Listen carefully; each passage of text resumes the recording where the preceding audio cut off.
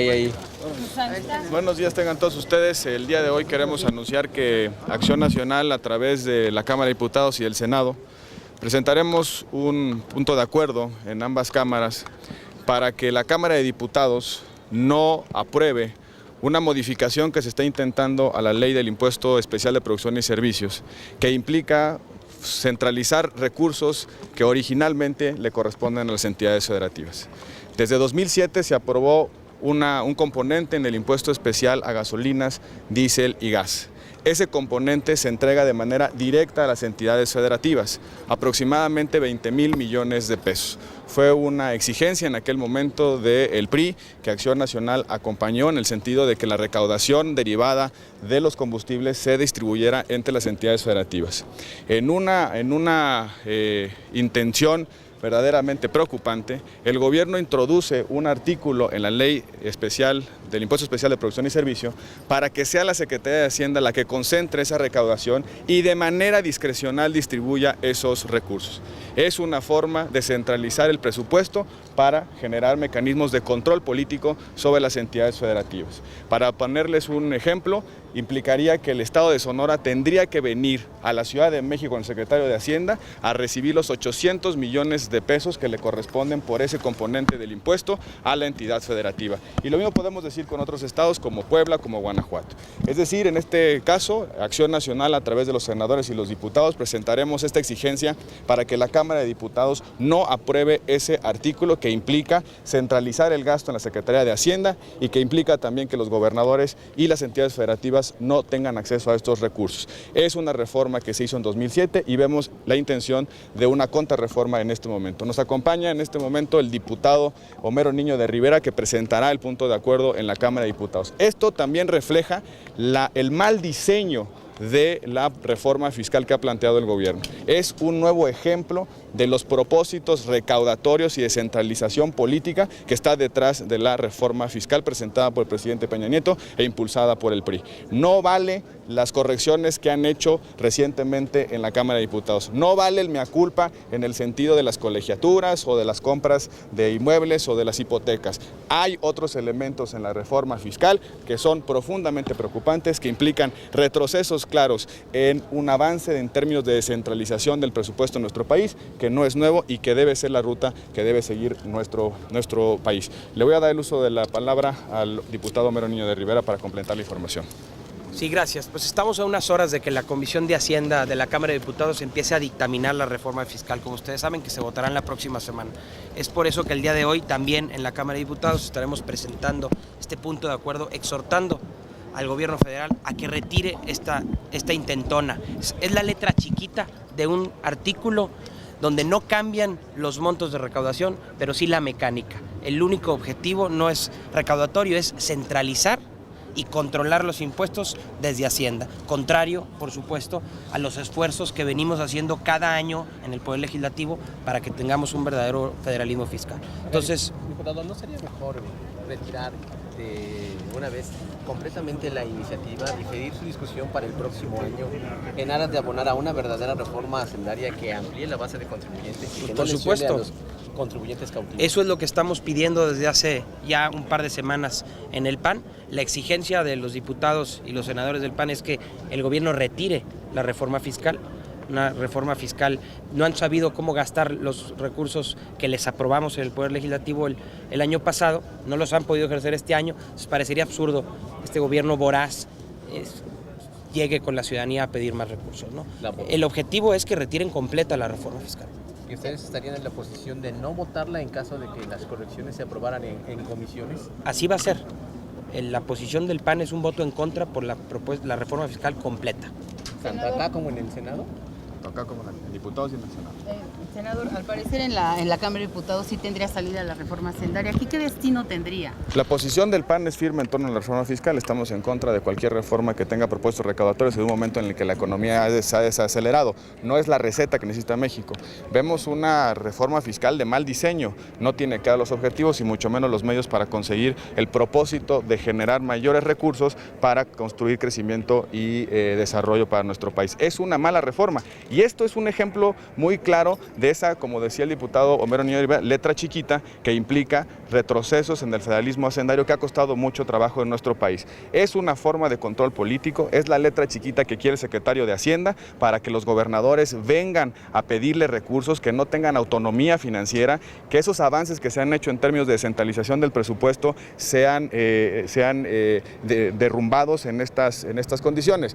Nosotros estamos por un no rotundo a la reforma fiscal, pero alertamos a los ciudadanos y a los diputados que hay trampas en lo que se pretende aprobar en la Cámara de Diputados, que implican menores recursos para los estados, que implican menores recursos para los municipios, que implican también mayores facultades de control político del gobierno federal. No es la ruta a la centralización del presupuesto que necesita el país. ¿Son modificaciones cosméticas nada más las que se están haciendo?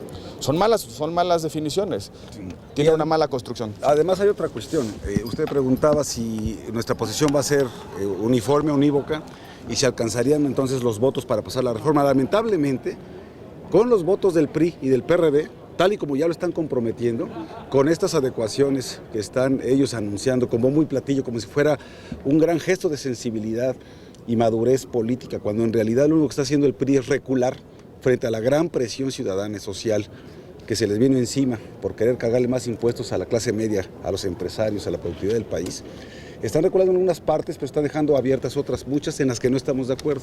Pero lamentablemente, con los votos del PRI y del PRD que están a favor de esa reforma, desafortunadamente sí pasaría con los votos de esos partidos políticos. Y son ellos los que van a tener que asumir frente a la ciudadanía las consecuencias de aprobar una reforma fiscal totalmente inoportuna, totalmente regresiva, totalmente recaudatoria, en momentos en los que la economía está en recesión y que es totalmente inoportuno aumentar impuestos y aumentar deuda. Así que nosotros no estamos de acuerdo y sin embargo sí les alcanzan los votos al PRD en absoluta incongruencia con cuestiones que habían venido manifestando y defendiendo, y desde luego al PRI. Pero en el escenario no es el mismo aquí en el Senado, ¿no? Es el mismo. Es el mismo. Es el mismo. ¿El PRD? Ya Es el mismo. Bueno, pues ya ustedes oyeron al senador Barbosa, que más clara muestra de que ellos están a favor de esta reforma, que ellos piensan que lograr una serie de éxitos, por ejemplo, el no IVA en alimentos y medicinas, como cosa suya, y que por ello la van a apoyar, o el gravar las utilidades o los dividendos en la bolsa, en fin. Entonces ellos también seguramente la van a apoyar aquí en la Cámara de Senadores, y desafortunadamente, aún con todos los votos del PAN en contra, nos podrían mayoritear, y sería una pésima noticia para la economía de nuestro país. Oiga, senador Lozano, preguntarle en otro aspecto. Este acuerdo que firmó la Secretaría de Gobernación con el SME para entregarles las jubilaciones que por ley les correspondían, luego de que ellos no aceptaron la liquidación cuando se extinguió Luz y Fuerza del Centro. Hoy que venga el secretario de Gobernación nos tendrá que explicar qué fue lo que pasó. Primero, si lo que se les reconoce es una jubilación sin haber cumplido antigüedad o edad para ello antes del momento de la extinción de Luz y Fuerza del Centro hace 4 años, entonces estarían actuando de manera irregular, ilegal, e incurrirían en un daño patrimonial por dar recursos que no corresponden por concepto de una jubilación anticipada y por lo tanto pensión vitalicia. Ahora bien, si lo que están haciendo meramente es disfrazar el pago de las liquidaciones a las que tiene derecho por orden de la Junta Federal de Conciliación y Arbitraje desde el momento que se extinguieron las relaciones laborales y que quedó infirme con la declaratoria como tal de la Suprema Corte de Justicia de la Nación, entonces nada más nos están tomando el pelo, porque lo único que están haciendo es tomar esas liquidaciones, de esos 1.400 que ya las aceptaron voluntariamente, ponerlas en un fondo para pagar las pensiones a lo largo de su vida. Entonces, una de dos, o es una ilegalidad o es una trampa. Pero en todo caso, estamos hablando de que algo que anuncian como si fuera un gran gesto de sensibilidad de un gobierno, en realidad es o una irregularidad por reconocer una jubilación que no les correspondía, o bien simplemente el pago de una liquidación que siempre ha estado a disposición de los trabajadores, de los ex trabajadores, siempre, tan es así que 2/3 partes de ellos, durante la administración del presidente Calderón, cobraron esa liquidación, y si hoy otros más lo hacen, qué bueno, y si deciden ponerlo en un fondo para de ahí recibir pensión mensual, pues qué bueno es su decisión, pero nada más. Dice el PRD que es un acto de justicia ante una atrocidad del gobierno pasado de extinguir un sindicato. Pues ninguna atrocidad. En primer lugar, no se extinguió el sindicato, tan no se extinguió que sigue dando lata.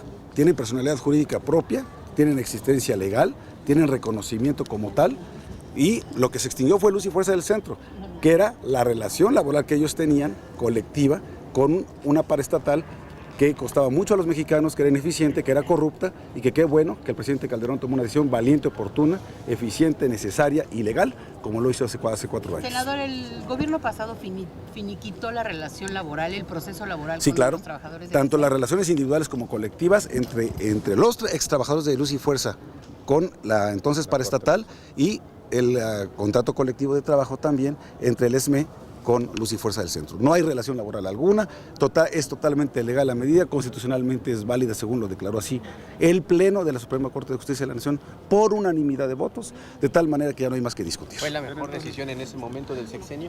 Bueno, no sé si la mejor decisión, pero una decisión largamente esperada, que ningún presidente había querido tomar a pesar de que sabían que ahí estaba la necesidad de hacerlo, y lo hizo con una absoluta responsabilidad, valentía, sin un solo lesionado, sin romper un solo vidrio, con absoluto apego a derecho y con absoluto apego a los mejores intereses del país en ese momento, y que hoy estamos viendo cuánto dinero, nada más ese año 2008 se habían destinado más de 42,000 millones de pesos para subsidiar las pérdidas en Luz y Fuerza del Centro. Ese dinero hoy se utiliza para otras cosas. Pero este gobierno entonces está tratando de arreglar todos los problemas. A billetazos. A billetazos. Y además no le sale bien, porque los de la coordinadora ahí siguen. Ni los despiden teniendo ya el artículo 76 de la Ley de Servicio Profesional Docente, ¿sí? Le siguen dando dinero, siguen aquí, toman las autopistas, dejan pasar libremente a los automovilistas sin pagar el peaje, ¿sí? Con eso pierde ingresos la Federación, ni siquiera los levanta la policía y al mismo tiempo nos piden más impuestos porque no tienen dinero.